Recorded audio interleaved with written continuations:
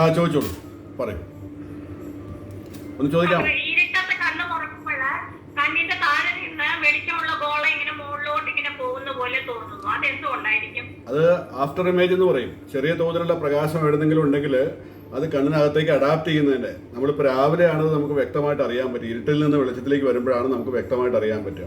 ആ സെൽസ് ഒന്ന് എടുക്കുന്ന സമയമാണ്. ഇപ്പം നമ്മൾ സൂര്യപ്രകാശം സൂര്യനിൽ നിന്ന് ഇവിടെ എത്തണ സമയം എന്ന് പറയില്ലേ, എത്രയോ കാലം മുമ്പത്തെ പ്രകാശമാണ് നമുക്കിവിടെ കിട്ടുന്നത്.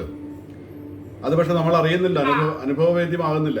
അത് ആദ്യം പതിക്കുമ്പോഴാണ് അറിയുന്നത്, പിന്നീട് നമുക്ക് അറിയുന്നില്ല. എന്ന് പറഞ്ഞ പോലെ രാവിലെ നമുക്ക് ആദ്യം ഇരിക്കുമ്പോൾ ഈ കണ്ണിലേക്ക് വരുന്ന ആ സെൽസ് അഡാപ്റ്റ് ചെയ്യാൻ എടുക്കുന്ന ആ സമയമാണ്. അതാണ് അങ്ങനെ തോന്നുന്നത്. അത് കഴിഞ്ഞിട്ട് ഇല്ല ഇല്ല ഇല്ല ഇല്ല. പിന്നെ വേറെ കുഞ്ഞുങ്ങള് അമ്മയുടെ വയറ്റിലായിരിക്കുമ്പോൾ കണ്ണിന് നല്ല ആരോഗ്യം വരാനായിട്ട് എപ്പോഴും മുതലാണ്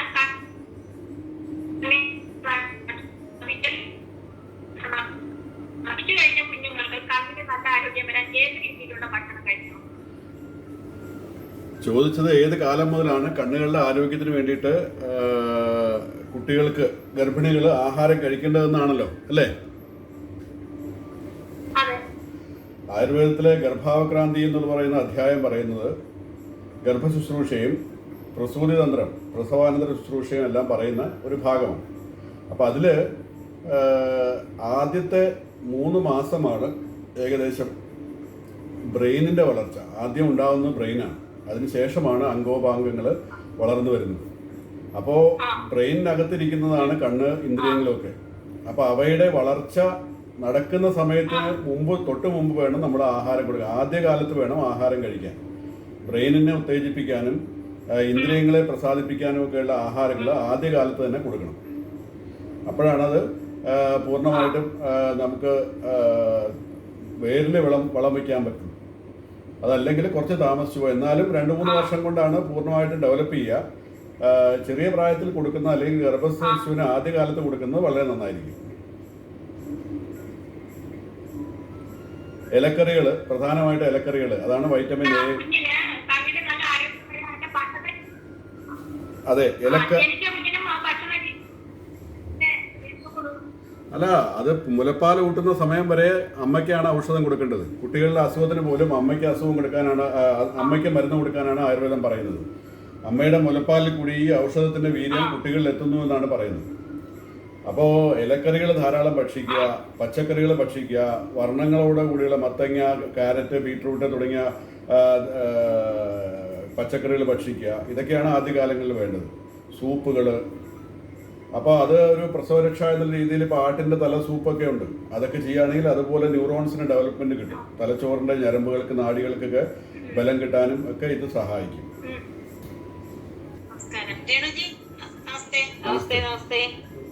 വളരെ നമസ്കാരം രേണുജി. ആദ്യമായിട്ട് കാണാൻ സാധിച്ചതിലും പരിചയപ്പെടാൻ പറ്റും. എൻ്റെ ശബ്ദം കേൾക്കാം, കാണാമല്ലോ, എല്ലാം കുഴപ്പമില്ല. വിജയം എറണാകുളം ജില്ലാ കമ്മിറ്റിയുടെ നേതൃത്വത്തിൽ നടത്തുന്ന ഡോക്ടറോട് ചോദിക്കാം എന്ന പരിപാടി ഇന്ന് 43ാമത്തെ ദിവസത്തിലേക്ക് കടന്നിരിക്കുകയാണ്. സമയം ഒത്തിരി വൈകിയത് കൊണ്ട് നമ്മൾക്ക് ഇന്ന് ഈ പരിപാടി നമ്മോട് ഈ പരിപാടി ഉദ്ഘാടനം ചെയ്യുവാൻ എത്തിയിരിക്കുന്നത് ഭാരതീയ ജനതാ പാർട്ടിയുടെ സംസ്ഥാന സെക്രട്ടറി ആരാധ്യയായ രേണു സുരേഷ് അവർകളാണ്. ആദരപൂർവ്വം ഈ വേദിയിലേക്ക് സ്വാഗതം ചെയ്യുന്നു. അതോടൊപ്പം തന്നെ നമുക്ക് ഇന്ന് നേത്ര രോഗങ്ങളും കോവിഡും എന്ന വിഷയത്തെ ആസ്പദമാക്കി നമ്മോട് ഇന്ന് സംവദിക്കാൻ എത്തിയിരിക്കുന്നത് ആരാധ്യനായ ഡോക്ടർ PG ഗോകുലൻ അവർകളാണ്. അദ്ദേഹം സുദർശനം നേത്ര ചികിത്സാലയത്തിന്റെ ഡയറക്ടറാണ്. അദ്ദേഹത്തെ ഈ വേദിയിലേക്ക് ആദരപൂർവ്വം സ്വാഗതം ചെയ്തുകൊള്ളുന്നു. അതോടൊപ്പം തന്നെ ഈ പരിപാടിയിൽ പങ്കെടുക്കുവാനെത്തിയ എല്ലാവരെയും സ്വാഗതം ചെയ്തുകൊണ്ട് ഉദ്ഘാടനത്തിന് വേണ്ടിയിട്ട് ആരാധ്യയായ നമ്മുടെ ശ്രീമതി രേണു സുരേഷ് അവർകളെ ക്ഷണിച്ചോളൂ. ഹലോ, കേൾക്കാവോ? കേൾക്കാം. കേൾക്കാം.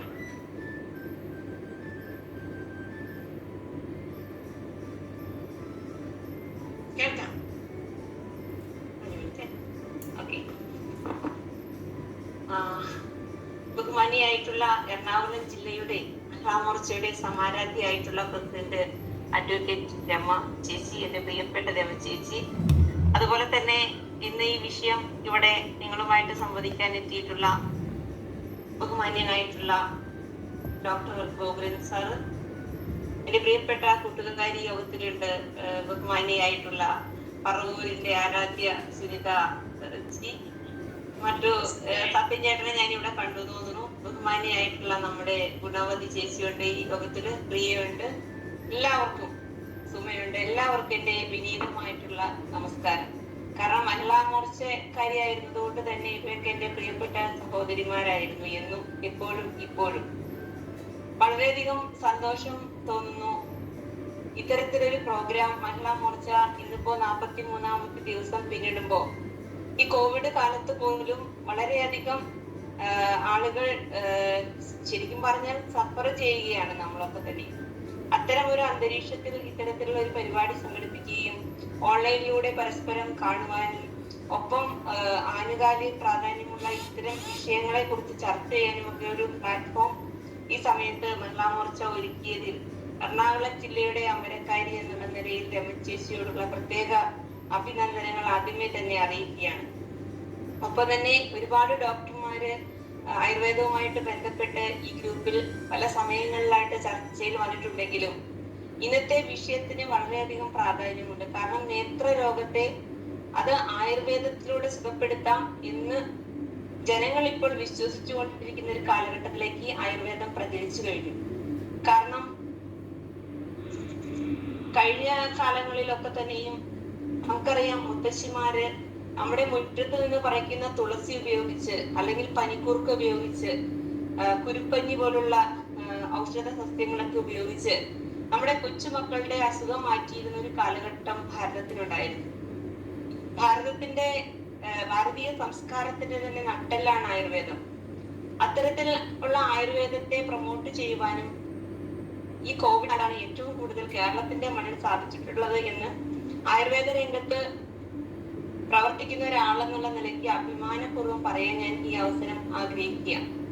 കാരണം കോവിഡ് പ്രതിരോധ സമയത്തൊക്കെ എനിക്ക് തോന്നുന്നു ഫസ്റ്റ് ടൈം കോവിഡ് വരുമ്പോ ആ സമയത്ത് ഒരു സർക്കുലർ പത്രത്തിലൊക്കെ വന്നിരുന്നു, കേരള ഗവൺമെന്റ് ഈ ആയുർവേദത്തിലൂടെ കോവിഡിനെ മാറ്റാൻ സാധിക്കില്ല, അതുകൊണ്ട് ആയുർവേദം ആരും ഉപയോഗിക്കരുത് എന്ന ഒരു പത്രവാർത്ത എന്റെ ശ്രദ്ധയിൽപ്പെടുകയുണ്ടായി.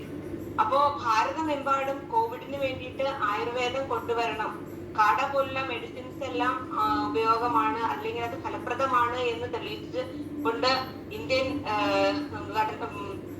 പ്രധാനമന്ത്രി ഉൾപ്പെടെയുള്ള ആളുകൾ അതിനെ സപ്പോർട്ട് ചെയ്യുമ്പോൾ തമിഴ്നാട്ടിൽ പോലും കാട ഔഷധം വളരെയധികം പ്രയോജനകരമാണ് എന്ന് പറയുന്ന അവസ്ഥയിൽ കേരളത്തിൽ മാത്രം ഇങ്ങനെ ഒരു തീരുമാനം എടുക്കുകയും രാഷ്ട്രീയത്തിലേക്ക് കടക്കുന്നതല്ല, മറിച്ച് ചില കാര്യങ്ങൾ പറയാതെ പോകാൻ വയ്യാത്തത് കൊണ്ട് പറയുകയാണ്. അപ്പോ അങ്ങനെ ഒരു സാഹചര്യം വന്നപ്പോ അതിനെ എതിർത്തിട്ടുള്ള ഗവൺമെന്റ് പിന്നീട് ഈ 3ാം ഘട്ടം വരുമ്പോ അതിനെ സപ്പോർട്ട് ചെയ്യുന്നതായിട്ട് കണ്ടു, അതായത് ആയുർവേദവും ഉപയോഗിക്കാമെന്ന്. പക്ഷെ എന്റെ അനുഭവത്തിന്റെ വെളിച്ചത്തിൽ ഞാൻ പറയുന്നു, 5ഓളം കോവിഡ് രോഗികളെ ആയുർവേദ വിധി പ്രകാരം ആയുർവേദ മരുന്ന് പ്രകാരം സുഖപ്പെടുത്തിയതായിട്ട് എന്റെ അറിവിലുണ്ട്.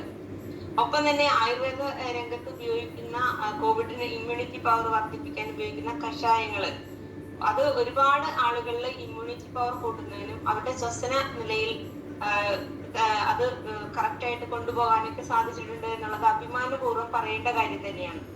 ഇന്ന് നമ്മുടെ വിഷയം ഇവിടെ എടുക്കാൻ എത്തിയിരിക്കുന്ന ഡോക്ടർ വളരെ വിശദമായിട്ട് ഈ കാര്യങ്ങളിലേക്ക് കടക്കുമെന്നുള്ളത് കൊണ്ട് ഞാൻ കൂടുതലായിട്ടൊന്നും ആയുർവേദ രംഗത്തെ കുറിച്ച് പറയാനായിട്ട് ആഗ്രഹിക്കുന്നില്ല. മറിച്ച് നേത്ര രോഗങ്ങള് അത് ഏറ്റവും കൂടുതൽ നമുക്കറിയാം, കണ്ണിന് കാഴ്ചയില്ലാത്ത ഒരവസ്ഥ നമ്മളെ സംബന്ധിച്ച് അല്ലെങ്കിൽ ഒരു അനുഭവത്തിന്റെ വെളിച്ചത്തിൽ എനിക്ക് പറയാൻ സാധിക്കും. 14 വർഷം കണ്ണ് കാണാതിരുന്ന ഒരു കുട്ടിക്ക് ജനിച്ച് 4ാമത്തെ ദിവസം പാലക്കാട് ജില്ലയില് ഒറ്റപ്പാലം എന്നുള്ള സ്ഥലത്ത് താമസിക്കുന്ന പൂക്കോട്ടുകാവ് അടുത്ത് നമ്മുടെ ഹോസ്പിറ്റലുമായിട്ട് ചേർന്ന് താമസിക്കുന്ന ഒരു കുട്ടി ജനിച്ച് 4ാമത്തെ ദിവസം അവന്റെ കാഴ്ച നഷ്ടപ്പെടുകയും 14 വർഷം അവന് അത് മാറാതെ അല്ലെങ്കിൽ കാഴ്ച കിട്ടാതെ അവന്റെ ജീവിതം മുന്നോട്ട് പോകുന്ന സാഹചര്യത്തില് നമ്മുടെ സമയോചിതമായിട്ടുള്ള ഇടപെടൽ മൂലം 14 വയസ്സിന് ശേഷം ആയുർവേദത്തിലൂടെ നമുക്ക് അതിന് കാഴ്ച തിരികെ കൊണ്ടുവരാൻ സാധിച്ചത് വലിയൊരു തെളിവ് തന്നെ നമ്മുടെ കയ്യിലുണ്ട്. അപ്പൊ അത്തരത്തില് വലിയൊരു മാറ്റം പ്രതീക്ഷിക്കുന്ന ഈ ആയുർവേദ രംഗത്ത് നേത്രരോഗങ്ങൾക്ക് പ്രാധാന്യം കൊടുത്തുകൊണ്ട് ഇത്തരത്തിലൊരു ചർച്ച തീർച്ചയായിട്ടും ഇവിടെ അനിവാര്യമാണ്. അതുകൊണ്ട് തന്നെ ഡോക്ടറോട് കൂടുതൽ കാര്യങ്ങൾ ചോദിക്കാൻ ആളുകൾ വെയിറ്റ് ചെയ്യുന്നത് കൊണ്ട് ഞാൻ കൂടുതൽ കാര്യങ്ങളിലേക്കൊന്നും കടക്കുന്നില്ല. മറിച്ച് സംസ്കാരത്തെ നിലനിർത്തുന്നതിന് അതിന് ഭാഗമാവാൻ കഴിയാൻ കിട്ടുന്ന ഈ ഒരു അവസരം അത് മഹിളാ മോർച്ചയിലെ മുഴുവൻ സഹോദരിമാരും പ്രയോജനപ്പെടുത്തിക്കൊണ്ട് ഇത് മറ്റുള്ളവർക്ക് ഒരു മാതൃകയാവാൻ കിട്ടുന്ന അവസരമാണ്. ആ അവസരത്തെ കൃത്യമായി പ്രയോജനപ്പെടുത്തുകയും പകർന്നു കൊടുക്കുകയും ചെയ്യുന്നതിലൂടെ തീർച്ചയായിട്ടും നമുക്ക് വളരാനായിട്ട് സാധിക്കും.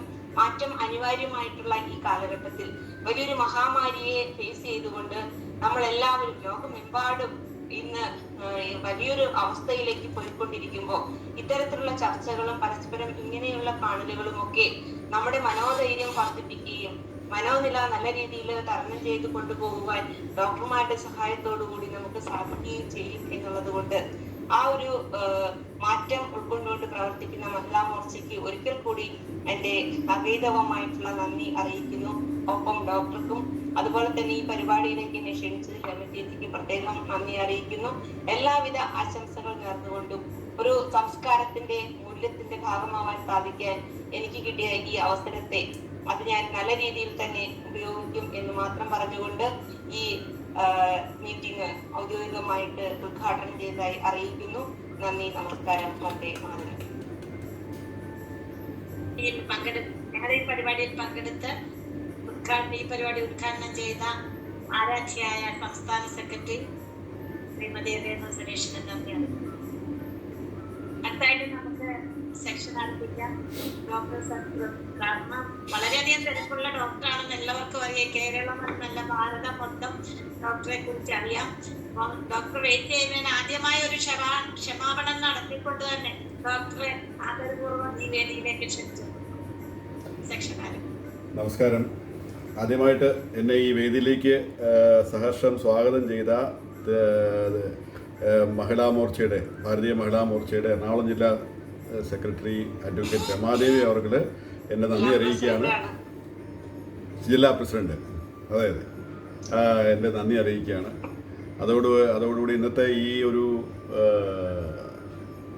വെബിനാർ ഉദ്ഘാടനം ചെയ്യാനായിട്ട് സമയം കണ്ടെത്തി നമ്മളോടുകൂടി പങ്കുചേർന്ന മഹിളാ മോർച്ചയുടെ സംസ്ഥാന ജനറൽ സെക്രട്ടറി ശ്രീമതി രേണു സുരേഷിനുള്ള അഗൈതമായ നന്ദിയും അത്ഭുതവും കൂടി രേഖപ്പെടുത്തുകയാണ്.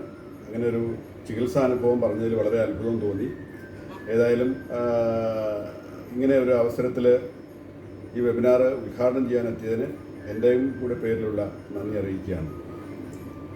കഴിഞ്ഞ കുറച്ച് ദിവസം ആഴ്ചകൾക്ക് മുമ്പാണ് നമ്മൾ ഇതിനു മുമ്പ് ഒരു കോവിഡിനോട് ബന്ധപ്പെട്ട് ആയുർവേദ ചികിത്സകൾ എന്ന രീതിയിൽ ഒരു സെഷൻ സംഘടിപ്പിക്കുകയുണ്ടായി. വളരെയധികം പ്രോത്സാഹജനകമായിരുന്നു പ്രതികരണം. ധാരാളം ആളുകൾ പങ്കെടുത്തു, ധാരാളം സംശയങ്ങൾ നിവാരണം ചെയ്യാൻ സാധിച്ചു എന്നാണ് എൻ്റെ വിശ്വാസം. ഏതായാലും അതിൽ നിന്നും കൂടെ ഊർജ്ജം ഉൾക്കൊണ്ടുകൊണ്ട് ഇന്നലെ മാഡം എന്നെ വിളിച്ച് രമ മാഡം എന്നെ വിളിച്ച് ഇന്ന മാതിരി ഒരു ചെയ്യാമോ എന്ന് ചോദിച്ചപ്പോൾ ഞാൻ സന്തോഷപൂർവ്വം, കാരണം എനിക്ക് അന്നത്തെ ആ ഒരു റെസ്പോൺസ് വളരെയധികം ഊർജ്ജം നൽകുന്നതായിരുന്നു. അപ്പോൾ അതുകൊണ്ട് കൂടി ഞാൻ പറഞ്ഞത് ഞാൻ ഇന്ന് തയ്യാറാണല്ലോ, ഞായറാഴ്ച, അതുകൊണ്ട് ഞാൻ വരാമെന്ന് സഹർഷം സമ്മതിക്കാനുണ്ടായത്. കാരണം നമുക്ക് ദാഹമുള്ളിടത്തല്ലേ വെള്ളം കൊടുത്തിട്ട് കാര്യമുള്ളൂ. അപ്പോൾ അങ്ങനെ ഒരു താല്പര്യമുള്ള ഒരു ആൾക്കാർ ഇരിക്കുമ്പോൾ തീർച്ചയായിട്ടും ഞാൻ അതിൻ്റെ 10 ഇരട്ടി താല്പര്യത്തോടെ വരേണ്ട ഒരാളാണ്. അപ്പോൾ അങ്ങനെ അറിയുന്നതിൽ എനിക്ക് വളരെ സന്തോഷമുണ്ട്. നേത്ര ചികിത്സയും ആയുർവേദവും എന്നുള്ളതാണ് യഥാർത്ഥത്തിൽ ഇന്നത്തെ വിഷയം പറഞ്ഞിരുന്നത്. കോവിഡിനെ പറ്റി ധാരാളം നമ്മൾ സംസാരിച്ചു കഴിഞ്ഞു. ഏതാണ്ട് 143ഓളം സെഷൻസ് ഇവിടെ നടന്നു എന്നാണ് പറയുന്നത്. അതിൽ ഭൂരിഭാഗവും കോവിഡ് ആയിരുന്നു എന്നാണ് ഞാൻ വിശ്വസിക്കുന്നത്. നേത്ര ചികിത്സയിൽ കാരണം ഞാനത് പറയാൻ കാരണം ഞാനൊരു 32 വർഷം മുമ്പ് മദ്രാസിൽ ശങ്കര നേത്രാലയയിൽ പരിശീലനത്തിനായിട്ട് തന്നെ അദ്ദേഹത്തിൻ്റെ അവിടുത്തെ chief Padma Bhushan doctor Badrinath sir ഇവിടെ വന്ന് ക്ഷണിക്കുകയുണ്ടായി. അപ്പോൾ ഒരു വർഷത്തെ പഠനത്തിന് വേണ്ടി ഞാൻ അവിടെ പോയപ്പോൾ എൻ്റെ കൂടെ പഠിക്കുന്നവരെല്ലാം MBBS കഴിഞ്ഞിട്ട് MS ഫെലോഷിപ്പ് എടുക്കാൻ വന്ന വിദ്യാർത്ഥികളായിരുന്നു. അപ്പോൾ അവർക്ക് ആദ്യം കൗതുകം ആയുർവേദം എന്നൊരു ചികിത്സാ സമ്പ്രദായം ഉണ്ട് എന്നറിഞ്ഞതിലായിരുന്നു. ഇത് 32 വർഷം മുമ്പത്തെ കാര്യമാണ്. അതിനുശേഷം അവരെ ഏറെ അത്ഭുതപ്പെടുത്തിയത് ആയുർവേദം എന്ന് പറഞ്ഞാൽ വെറും ആയുർവേദമല്ല, അഷ്ടാംഗ ആയുർവേദമാണ്. അതിൽ നേത്രചികിത്സ ഒരു സബ്ജക്റ്റാണ് എന്ന് പറഞ്ഞപ്പോൾ അവർ വളരെയധികം കൗതുകത്തോടെയാണ് എന്നെ നോക്കിയത്. ഏതോ ഒരു അന്യഗ്രഹ ജീവിയെ നോക്കുന്ന പോലെ. ആയുർവേദത്തിൽ ഇങ്ങനെയൊക്കെ ഉണ്ടോ, ആയുർവേദമുണ്ടോ, ഇതൊക്കെയുള്ള സംശയങ്ങളായിരുന്നു. ഏതാണ്ട് അതൊക്കെ തന്നെയായിരുന്നു കേരളത്തിലാണെങ്കിലും സാമാന്യ ജനതയ്ക്ക് ആയുർവേദത്തോടുണ്ടായിരുന്ന സമീപനം. പണ്ടത്തെ കാര്യമല്ല ഞാൻ പറഞ്ഞത്.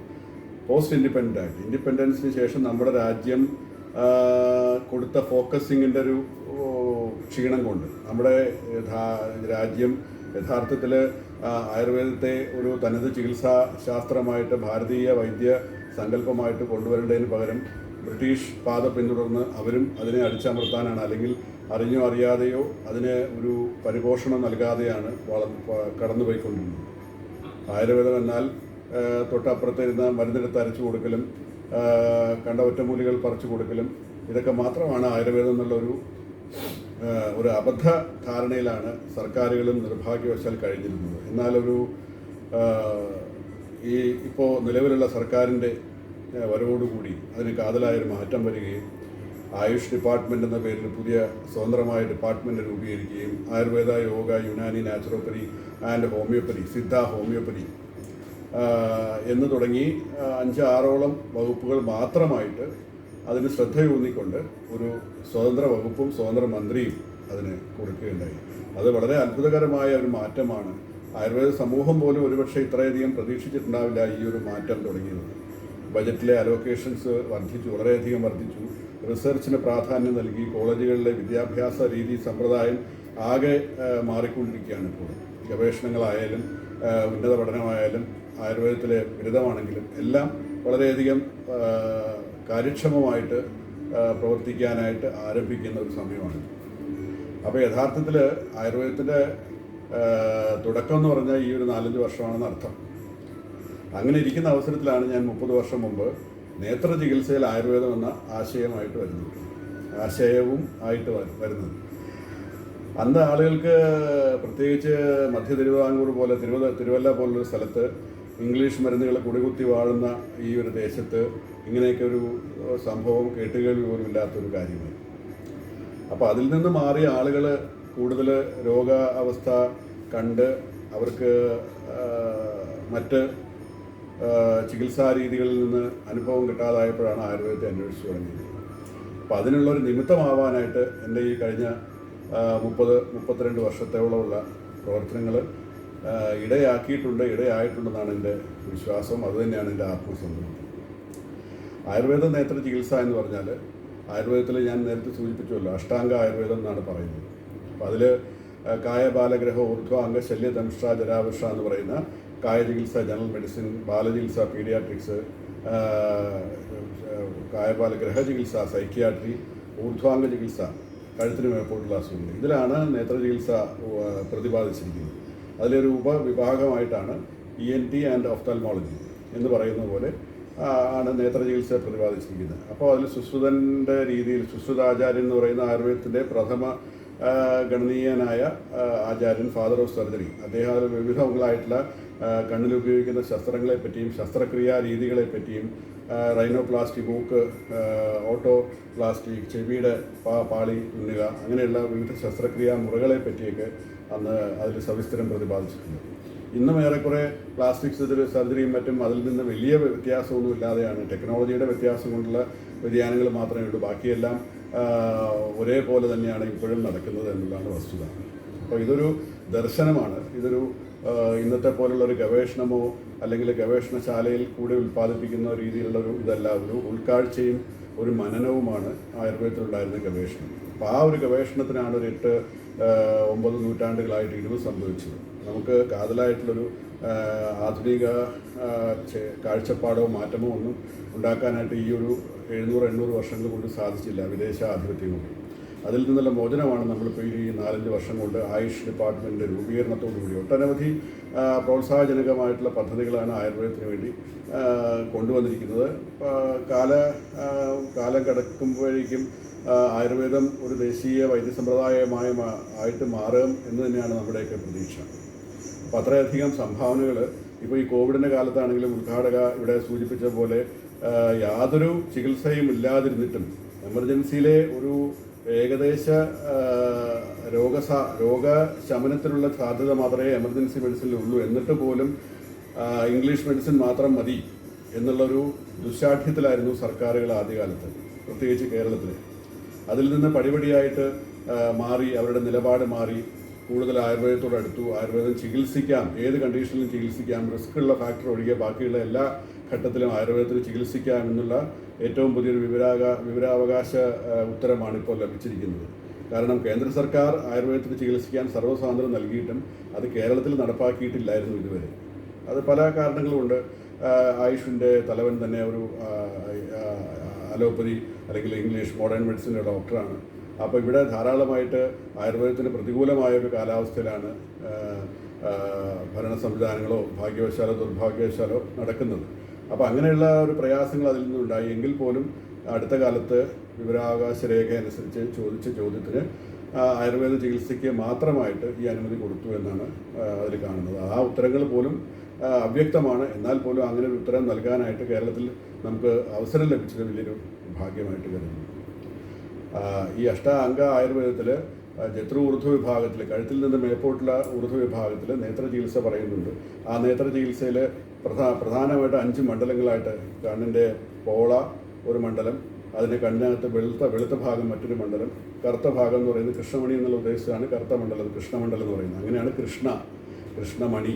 അതൊരു വൃത്താകൃതിയിലും മറ്റും ദൂരെ നോക്കുമ്പോൾ തിളങ്ങുന്നതായതുകൊണ്ടാണ് കൃഷ്ണമണി എന്നുള്ള രീതിയിൽ അതിന് പേര് വന്നത്. അതിൽ നിന്ന് ദൃഷ്ടി, അതിനകത്തുനിന്ന് ദൃഷ്ടിരോഗങ്ങൾ, ആ ദൃഷ്ടിരോഗങ്ങളും അങ്ങനെ 5 രീതിയിലാണ് ഇതിനെ പ്രത്യേകമായിട്ട് പ്രതിപാദിക്കുന്നത്. അതിൽ തന്നെ ഒരുപാട് അസുഖങ്ങൾ, കണ്ണിൽ വരുന്ന അസുഖങ്ങൾ അസാധ്യങ്ങളായിട്ട് പറയുന്നുണ്ട്. എങ്കിൽ പോലും നാം ഇന്ന് കാണുന്ന പലതരത്തിലുള്ള രോഗങ്ങൾക്ക് ചികിത്സ ആയുർവേദത്തിൽ പറയുന്നുണ്ട്. അപ്പോൾ അത് നമുക്ക് ഞാൻ നേരത്തെ സൂചിപ്പിച്ചുവല്ലോ, നമ്മുടെ ഗവേഷണങ്ങളും മറ്റും ധാരാളം യഥാവിധി നടക്കാത്തത് കൊണ്ടാണ് ഈ ആധുനിക കാലഘട്ടത്തിനോടനുബന്ധിച്ച് നമുക്കത് വായിച്ചെടുക്കാൻ സാധിക്കാതിരുന്നത്. ഇപ്പോൾ അതിനുള്ള മാറ്റങ്ങൾ നമുക്ക് കൊണ്ടുവരാൻ സാധിച്ചിട്ടുണ്ട്. മോഡേൺ മെഡിസിനായിട്ട്, മോഡേൺ സയൻസുമായിട്ട് നമുക്ക് കൂട്ടുചേർന്ന് പോകാൻ സാധിക്കുമ്പോൾ ഇത് വളരെയധികം വ്യാഖ്യാനം ചെയ്യപ്പെടേണ്ടതായിട്ടുണ്ട്. ആയുർവേദത്തിൻ്റെ സാധ്യതകൾ ഇനിയും അനവരതം പുറത്തേക്ക് കൊണ്ടുവരേണ്ടതായിട്ടുണ്ട്. ആ ഒരു യജ്ഞത്തിലാണ് നമ്മളെല്ലാവരും പ്രവർത്തിക്കുന്നത്. അപ്പോൾ അതിനുള്ള സാധ്യതകൾ ധാരാളമായിട്ട്, ഉദാഹരണത്തിന് കെരട്ടോകോണസ് എന്ന് പറയുന്ന അസുഖം. കെരട്ടോകോണസ് എന്ന് പറയുന്നത് കൃഷ്ണമണി കൂർത്തു വരുന്നതിനാണ് കെരട്ടോകോണസ് എന്ന് പറയുന്നത്. കൃഷ്ണമണിയുടെ ഭാഗം എന്ന് പറഞ്ഞാൽ രക്തക്കുഴലുകളില്ലാത്ത ഒരു അവയവമാണ് കൃഷ്ണമണി. കൃഷ്ണമണി വളരെ സുതാര്യമായ, ചില്ല് പോലെ വളരെ സുതാര്യമായ, എന്നാൽ വഴുവഴുപ്പുള്ള, ഏറ്റവും അധികം ഞരമ്പുകൾ മാത്രം പ്രവർത്തിക്കുന്ന ഒരു ഭാഗമാണ് കൃഷ്ണമണി. ഈ കൃഷ്ണമണിയാണ് കണ്ണിൻ്റെ കാഴ്ചയെ യഥാവിധി ഫോക്കസ് ചെയ്തുകൊണ്ട് കണ്ണിൻ്റെ റെറ്റിനയിൽ പതിക്കാനായിട്ട്, കണ്ണിൻ്റെ പുറകുവശത്തെ റെറ്റിനയിൽ കൃത്യമായിട്ട് പതിക്കാനായിട്ട് ഏറ്റവും അധികം റിഫ്രാക്റ്റീവ് ഇൻഡെക്സ് അല്ലെങ്കിൽ റിഫ്രാക്റ്റീവ് പവർ കൊടുക്കുന്ന അവയവം. കണ്ണിനകത്തുള്ള തിമിരം വന്ന് മൂടുന്ന ലെൻസ് പോലും അതിൻ്റെ പകുതിയെ പവർ തരുന്നുണ്ട്. ഏറ്റവും കൂടുതൽ പവർ തരുന്നത് മുൻവശത്തുള്ള ഈ കോൺവെക്സ് ലെൻസാണ്. ഈ കോൺവെക്സ് ലെൻസാണ് പുറമേ നിന്നുള്ള ഇമേജിനെ ചെറുതാക്കി കണ്ണിൻ്റെ സൈസിന് പാകത്തിനാക്കി കണ്ണിനകത്തേക്ക് കൊടുക്കുന്നത്. അപ്പോൾ ഈ കൃഷ്ണമണിക്ക് ഉണ്ടാകുന്ന ഈ ഒരു പലതരത്തിലുള്ള അലർജികൾ, അല്ലെങ്കിൽ കണ്ണ് എപ്പോഴും ഞെരടിക്കൊണ്ടിരിക്കുക, ചെറുപ്പകാലത്ത് കുട്ടികൾ കണ്ണ് ഞെരടുമ്പോൾ നമ്മൾ ശ്രദ്ധിക്കണം. അതൊരിക്കലും നമ്മൾ പ്രോത്സാഹിപ്പിക്കരുത്. ഒരുപാട് കണ്ണ് ഞെരടിക്കഴിഞ്ഞാൽ, ചെറിയ കുട്ടികളൊക്കെ ആണെങ്കിൽ ഈ കണ്ണിൻ്റെ കൃഷ്ണമണിയുടെ ഭാഗം സോഫ്റ്റായിട്ട് ഇത് നേർത്തു പോകും. അതിന് കൃഷ്ണമണിയുടെ അറ്റം നേർത്തു പോവുകയും അത് താഴോട്ട് തൂങ്ങാനുള്ള ചാൻസ് ഉണ്ടാകും. അതിനാണ് കോണിക്കൽ കോർണിയ അല്ലെങ്കിൽ കെരട്ടോകോണസ് എന്ന് പറയുന്നത്. കെരട്ടോ എന്ന് പറഞ്ഞാൽ ലാറ്റിൻ വാക്ക്, കോർണിയ എന്നർത്ഥം കൃഷ്ണമണി. കോണസ് എന്ന് പറഞ്ഞാൽ കോണിക്കൽ, അത് കൃഷ്ണമണി തൂങ്ങുക അല്ലെങ്കിൽ താഴോട്ടിങ്ങനെ. ചില ഭയങ്കരമായിട്ടുള്ള കേസുകളിൽ നമുക്ക് ഫോട്ടോയിൽ തന്നെ നമുക്ക് കൃഷ്ണമണിയുടെ തൂക്കം മനസ്സിലാക്കാൻ സാധിക്കും. അത്രയധികം വികലമായിട്ട് വരാറുണ്ട്. അപ്പോൾ അതിന് സംഭവിക്കുന്നത് എന്താണെന്ന് വെച്ചാൽ ഒരു ഭാഗം മുഴുവൻ നേർത്തു പോകും. അത് എപ്പോൾ വേണമെങ്കിലും അവിടെ റപ്ചർ വരാൻ സാധിക്കും. ഒരു കോണ്ടാക്ട് ലെൻസ് ആ കൃഷ്ണമണിയിൽ സാധാരണ പോലെ ഒട്ടിപ്പിടിച്ചിരിക്കുമെങ്കിൽ കെരട്ടോകോണസിൽ അത് അങ്ങനെ ഒട്ടിപ്പിടിച്ചിരിക്കില്ല, താഴ്ന്ന് അടർന്നു വീഴും. അതുപോലെ ഒരു അക്ഷരങ്ങൾ കൊടുത്തു കഴിഞ്ഞാൽ പല രീതിയിലായിരിക്കും കാണുന്നത്.